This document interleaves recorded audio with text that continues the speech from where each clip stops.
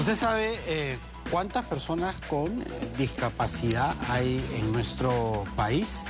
Son poquito menos de 2 millones, que representan más o menos el 5% de la población.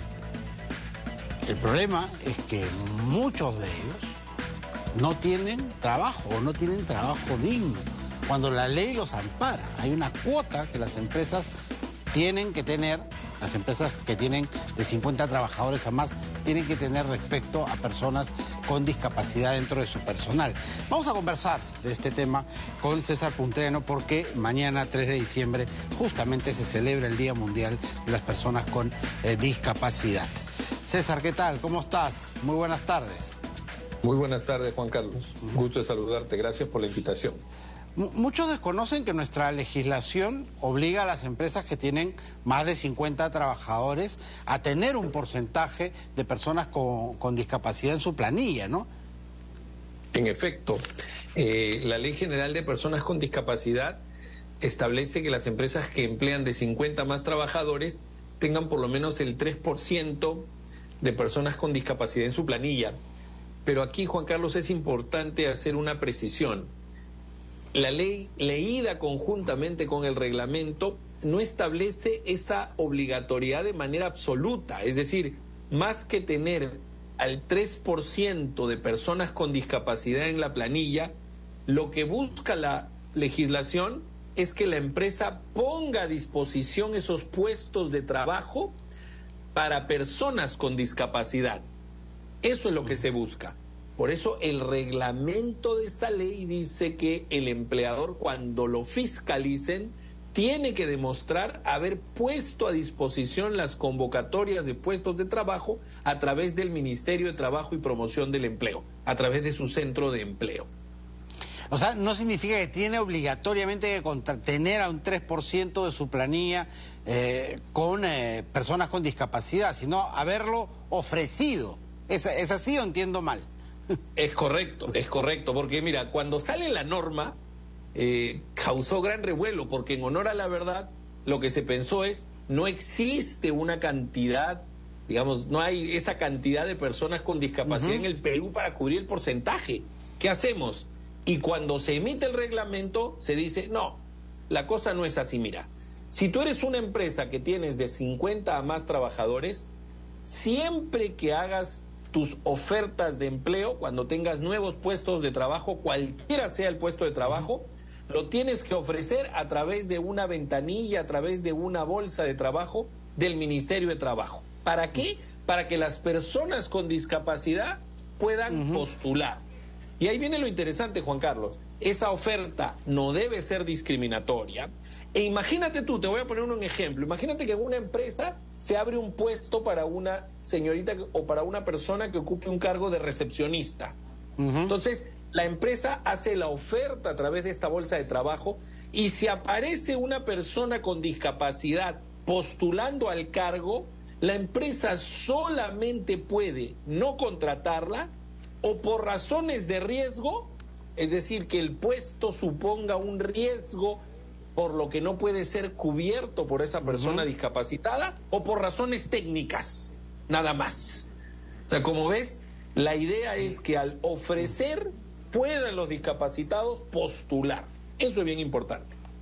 Queda claro, porque también podría yo ofrecer el puesto y finalmente nunca terminar contratando a nadie con discapacidad, siempre dándole la preferencia a una persona que no tenga una discapacidad. Es como, ya eso termina siendo demasiado subjetivo, ¿no? Mira, puede que eso ocurra, y ahí justamente lo que se activa es lo que acabamos de ver, porque la persona con discapacidad, imagínate que postula y nunca recibe una respuesta y se entera que no ha sido contratada, tiene todo el derecho de preguntar, y si no le contestan, podría hasta hacer una denuncia por considerarse discriminada. La empresa tendrá que demostrar que esa persona no era técnicamente calificada o el puesto era de riesgo. Imagínate, Juan Carlos, que se estén abriendo convocatorias para puestos de ingeniero de minas y postulen personas con discapacidad motriz. Pues ahí sería mucho riesgo, ¿no? En ese caso sí habría una justificación. Claro, porque estaba revisando algunas estadísticas que hablan de que solo el 44% de las personas con discapacidad tienen un empleo, ¿no? Un empleo formal, nos referimos. Solo el 44%. Sí, es correcto. Acá siempre hablando de nuestra torta de la formalidad, que es el menos del 25%, ¿no? De la población económicamente activa. Mira, de este grupo yo creo que hay un gran problema y es el desconocimiento. Porque, te digo por qué. Yo converso con empresas y muchas veces ocurre que no saben que tienen que ofrecer sus puestos a través de este centro de empleo del Ministerio de Trabajo. Muchas compañías, ¿sabes qué vienen haciendo? Un análisis interno. Entonces dicen, mira, estos puestos, con un informe técnico, consideran que estos puestos no pueden ser cubiertos por personas con discapacidad y no hacen la convocatoria a través de este canal oficial. Esto es lo que está faltando. Y por eso a muchas las vienen fiscalizando y las vienen multando. No porque no hayan querido contratar, sino que es un tema de menos. Y para que el público tenga cuidado, ¿a cuánto podría equivaler esa multa, César? Mira, como monto máximo estamos hablando de unos 69.000, 70.000 soles. El monto no es alto en comparación con otras multas, porque aquí, Juan Carlos, la multa se calcula en función a las personas con discapacidad que no se contrató. Y claro, es el 3% de la planilla, o sea, no es un número tan alto. Claro. Entonces, yo aquí quiero llamar a la reflexión a dos temas, ¿no? Primero, la importancia de la capacitación y de informarle a las empresas qué es lo que tienen que hacer, es decir, a las formales me refiero, ¿no? Es decir, hacer su convocatoria a través del Ministerio de Trabajo. Pero también hay otro gran deudor que es el Estado. Tú sabes, en casa de herrero, cuchillo de palo. El Estado también tiene la obligación de contratar personal con discapacidad y no lo viene haciendo. Entonces yo creo que tiene que dar el ejemplo, ¿no? Claro. ¿Y al Estado no se le multa o sí? Bueno, en realidad tu sonrisa lo dice todo, ¿no? O sea, claro, siempre le caen a los privados, ¿no?